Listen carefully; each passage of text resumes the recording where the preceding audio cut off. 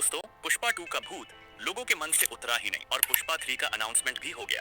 पुष्पा 2 का जो post credit scene है ना, एकदम बाप लेवल का यार। आज इस वीडियो में बात करेंगे पुष्पा 2 के पोस्ट क्रेडिट सीन और एंडिंग एक्सप्लेन के बारे में। चलिए शुरू करते हैं वीडियो को। तो भाई लोग, पुष्पा 2 मूवी एक हैप्पी एंडिंग के साथ खत्म ही होने वाली थी, पर तभी इसी एंडिंग में हमें एक ऐसा हिंट दिखाया गया जिसने पूरी कहानी फिर से शुरू कर दी है।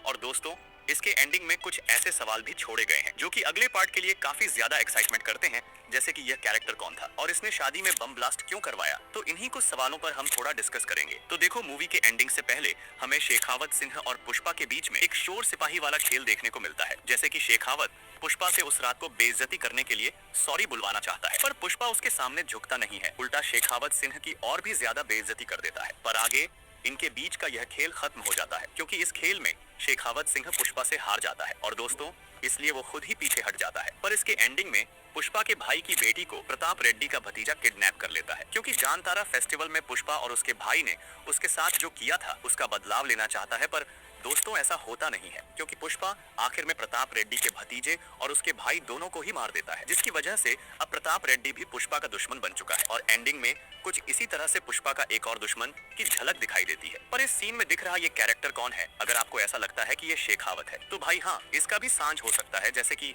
शेखावत पुष्पा से पकड़ा हुआ नकली चंदन जला देता है और तभी वहां पर हमें एक ब्लास्ट होता हुआ नजर आता है और इसमें शेखावत मर चुका है, ऐसा इस सीन को बनाया जाता है। पर मुझे ऐसा लगता है कि वो जिंदा हो, क्योंकि शेखावत सिंह ब्लास्ट होने से पहले बाहर जाता हुआ दिखाई देता है। तो शायद यहाँ पर शेखावत बच गया होगा, पर थोड़ा बहुत जल भी गया होगा और इस कैरेक्टर का हाथ भी हमें जला हुआ ही दिखाई दे रहा है और बाकी की बॉडी कपड़े से ढका हुआ दिखाई देता है, इसलिए शेखावत हो सकता है, ऐसा लगता है।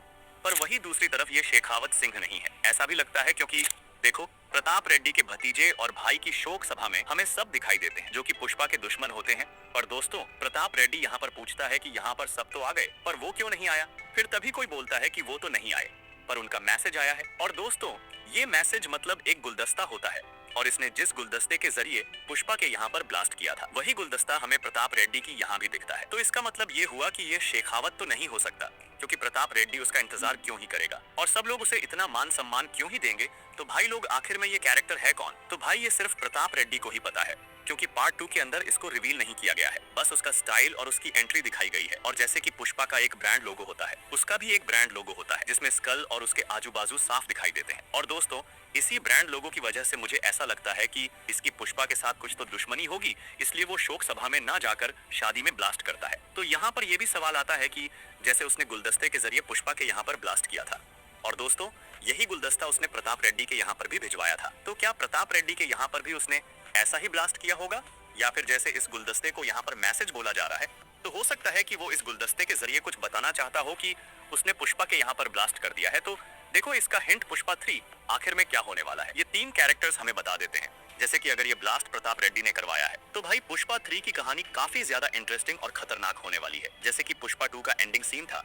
और दोस्तों, इस कैरेक्टर का जला हुआ हाथ और पुष्पा के जैसे ही ब्रांड लोगो बताता है कि पुष्पा के साथ इसकी कोई तो पर्सनल दुश्मनी होगी। और दोस्तों, ये कैरेक्टर शेखावत हो सकता है या फिर नहीं भी हो सकता है, इसकी भी हमने 2 थ्योरी जान ली है। बाकी पार्ट 3 में हमें एक्चुअल स्टोरी जानने को मिलेगी। और पुष्पा 2 की शुरुआत जापान में हो रही थी, इसको मूवी के अंदर एक्सप्लेन नहीं किया गया। तो दोस्तों, ये कैरेक्टर कौन है, कहां से आया, हाथ क्यों जला हुआ है, ये पूरी कहानी हमें पुष्पा 3 में देखने को मिल सकती है। तो दोस्तों, पुष्पा 3 के लिए कितने ज्यादा एक्साइटेड, कमेंट में लिखकर जरूर बताना। और आपको पुष्पा 2 कैसी लगी, ये भी कमेंट में बताना। मिलते हैं नेक्स्ट वीडियो में, तब तक के लिए हर हर महादेव।